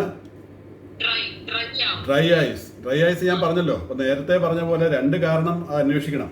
ആ ഡ്രൈനസ്സിൽ നിങ്ങൾക്ക് സൈനസിൻ്റെ പ്രോബ്ലം ഉണ്ടോ? അങ്ങനെ ഉണ്ടെങ്കിൽ സൈനസിൻ്റെ കൺജഷൻ എന്ന് പറഞ്ഞാൽ നേരെ ചിലപ്പോൾ എല്ലാത്തിലും സൈനസിൽ കഫം വന്നോളുന്നില്ല. സൈനസിന് വേറെയും ചില ലക്ഷണങ്ങളുണ്ട്. കണ്ണുകൾക്ക് ചൊറിച്ചിലുണ്ടാക്കുക, കണ്ണുകളുടെ നീര് കറക്റ്റായിട്ട് വരാതിരിക്കുക, കണ്ണുകളിലുണ്ടാകുന്ന നീരുകളുടെ സ്ട്രക്ചർ മാറുക, അതുപോലെ തലയ്ക്ക് ഭാരം തോന്നുക, അങ്ങനെയൊക്കെയുള്ള പല കാര്യങ്ങളും അതിനകത്തുണ്ട്. പലരും എന്നോട് പറയും സൈനസ് എനിക്ക് ക്ലിയർ ആണെന്ന് പറയും. എന്നാലും നമ്മൾ സൈനസിനെ ചികിത്സിക്കുമ്പോൾ അസുഖം ഭേദമായിട്ട് കാണാറുണ്ട്. അതുകൊണ്ടാണ് പറയുന്നത്. അപ്പം അങ്ങനെ ഇല്ലെങ്കിൽ അടുത്തൊരു കാരണം എന്ന് പറഞ്ഞാൽ പ്രായമാവുമ്പോൾ ഉണ്ടാകുന്ന വാതരക്തം, സന്ധികളിൽ ഉണ്ടാകുന്ന ഡ്രൈനസ്, വാതരോഗം എന്ന് പറയില്ലേ, ആർത്രൈറ്റിക് കണ്ടീഷൻ ഉണ്ടായാൽ അതും ഈ പറയുന്ന നമ്മുടെ സ്രവങ്ങളെ കുറയ്ക്കാൻ അത് പ്രേരിപ്പിക്കും. അപ്പോൾ കണ്ണുകളിലേക്ക് ഉണ്ടാകുന്ന സ്രവങ്ങൾ, കണ്ണിലുണ്ടാകുന്ന സ്രവം എന്താണ്? കണ്ണുനീരാണ്. ഈ കണ്ണുനീര് പ്രധാനമായിട്ട് 3 ഘടകങ്ങളാണ്.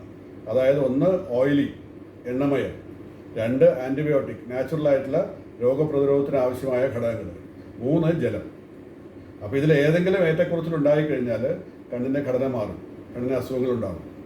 അപ്പോൾ അങ്ങനെ വരുന്ന അവസരങ്ങളിൽ ഈ ആർത്രൈറ്റിസ് പോലുള്ള അവസരങ്ങളിലും ഈ ഒരു ഘടനാ മാറ്റം സംഭവിക്കുന്നുണ്ട്. അപ്പോൾ ഇത് ഏതാണെന്ന് പരിശോധിച്ചിട്ട് അതിന് വേണ്ട ചികിത്സ ചെയ്താൽ തീർച്ചയായിട്ടും ആജീവനാന്തം ഡ്രൈനസിന് ഡ്രോപ്സ് ഒഴിക്കുന്നത് ഒഴിവാക്കാൻ പറ്റും ആയുർവേദത്തിൽ കൂടെ. ധാരാളം പേർക്ക് ഒഴിവാക്കിയിട്ടുണ്ട്. ഈ ഡ്രോപ്സ് നമ്മൾ ഒഴിച്ചു കഴിഞ്ഞാൽ 1 മണിക്കൂർ അരമണിക്കൂർ കഴിയുമ്പോൾ അതിൻ്റെ എഫക്റ്റ് പോകും. വീണ്ടും നമ്മൾ ഡ്രോപ്സ് ഒഴിക്കേണ്ട അവസ്ഥ. അപ്പോൾ അതൊക്കെ നമുക്ക് ധാരാളമായിട്ട് ആയുർവേദത്തിൽ കൂടെ മാറ്റിയെടുക്കാൻ സാധിക്കും കേട്ടോ. നമസ്തേ ഡോക്ടറെ, എന്റെ മോൾക്ക് വേണ്ടിയിട്ടാണ്. മോളുടെ കടക്കണ്ണ് രണ്ടും കടിച്ച് ചൊറിഞ്ഞ് ഏത് നേരം ഇരിക്കും. എത്ര വയസ്സ്? മോൾക്ക് 20 വയസ്സാവണം, 19 വയസ്സ് കഴിഞ്ഞു. ഈ പറഞ്ഞ സൈനസിന്റെ പ്രോബ്ലം ഉണ്ടോ? അതും സൈനസിന്റെ പരിധിയിൽ വരുന്നതാണ്. സൈനസുകളിൽ തണുത്ത വെള്ളം കുടിക്കുന്ന ആളാണോ? ഐസിൽ മുങ്ങുന്ന ആളാണോ? രാത്രി തല കുളിക്കുന്ന ആളാണോ? ഇതെല്ലാം പരിഗണിക്കണം. ഇതെല്ലാം ഒഴിവാക്കണം. ആവി പിടിക്കുക. ഏറ്റവും ചൊറിച്ചിൽ മാറാനായിട്ട് ഏറ്റവും നല്ലൊരു ഉപായം എന്ന് പറയുന്നത് ചൊറിച്ചിലുള്ള സമയത്ത് ലേശം ആവണക്കെണ്ണ വിരലിലെടുക്കുക. ആവണക്കെണ്ണയില്ലേ, കാസ്റ്റർ ഓയിൽ, ആ ആവണക്കെണ്ണ ലേശം വിരലിലിങ്ങനെ ഞെരുടുക. ഇങ്ങനെ വിരലിലിങ്ങനെ ആക്കിയിട്ട് നമ്മളിങ്ങനെ കണ്ണ് അടച്ചു വെച്ചിട്ട് പീലിയിൽ ഇങ്ങനെ ഉരയ്ക്കുക കേട്ടോ. ഇങ്ങനെ പീലിയിൽ ഇങ്ങനെ ഉരയ്ക്കുക, താഴത്തെ പീലിയിലും ഇങ്ങനെ ഉരയ്ക്കുക. കണ്ണിനകത്തോട്ടല്ല, മഷി എഴുതുന്ന പോലെയല്ല, പീലിയിൽ, കണ്ണിൻ്റെ അകത്തോട്ടല്ല, പീലിയിലോട്ട്. അതിങ്ങനെ ഉരച്ചു കഴിഞ്ഞാൽ അപ്പം നിൽക്കും ചൊറിച്ചിൽ. അപ്പൊ അത്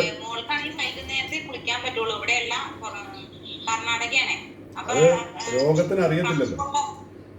രോഗത്തിന് അത് അറിയത്തില്ലല്ലോ.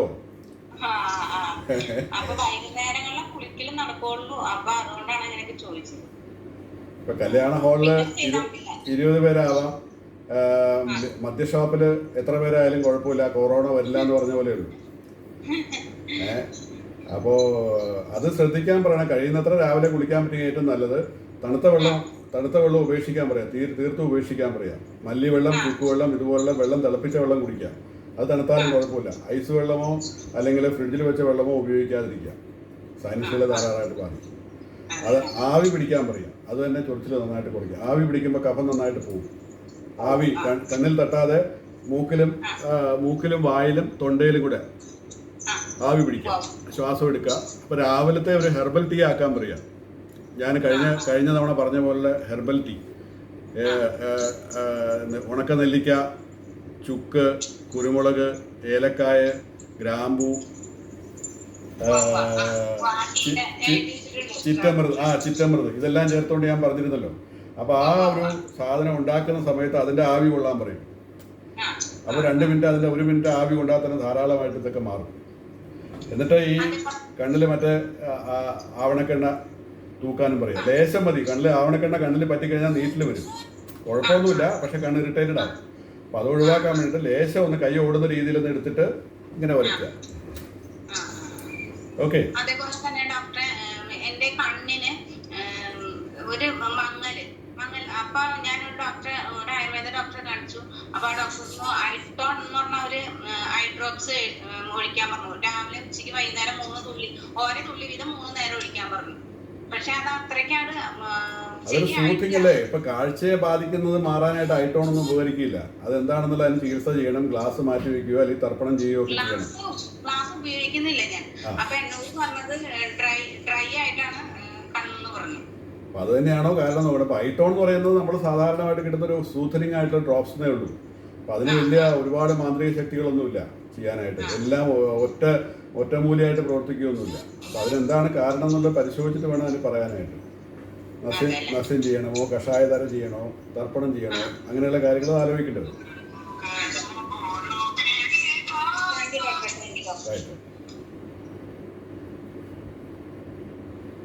ഒരാളൊരു മെസ്സേജ് ഇട്ട് ചോദിച്ചിട്ടുണ്ട്.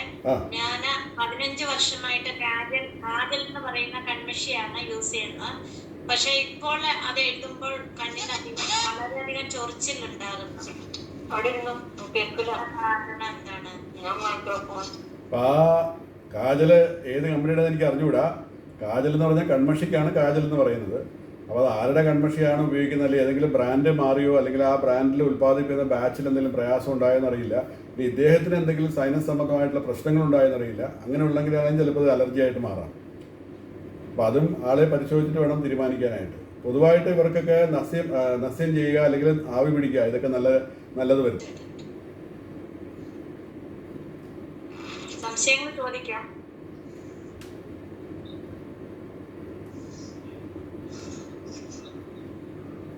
ആർക്കെങ്കിലും എന്തെങ്കിലും സംശയങ്ങൾ ചോദിക്കാം.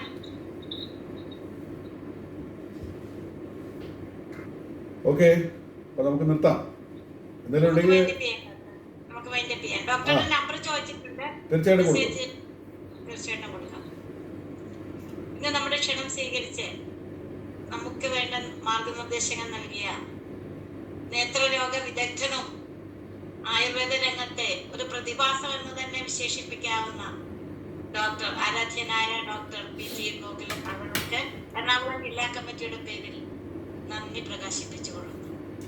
അതുപോലെ തന്നെ നമ്മുടെ പരിപാടി പങ്കെടുത്ത് ഉദ്ഘാടന പ്രസംഗം ചെയ്ത് ആയുർവേദത്തെ കുറിച്ച് വളരെ കാര്യഗൗരവമായിട്ട് തന്നെ സംസാരിച്ച് ഉദ്ഘാടനം ചെയ്ത ആരാധ്യയായ ശ്രീമതി രേണു സുരേഷ് അവർക്കും ഈ പരിപാടിയിൽ പങ്കെടുത്ത എല്ലാ കുടുംബാംഗങ്ങൾക്കും ഒരിക്കൽ കൂടി നന്ദി പ്രകാശിപ്പിച്ചുകൊണ്ട് നമ്മൾ ഇന്ന് വൈൻഡപ്പ് ചെയ്യാണ്. നമസ്കാരം.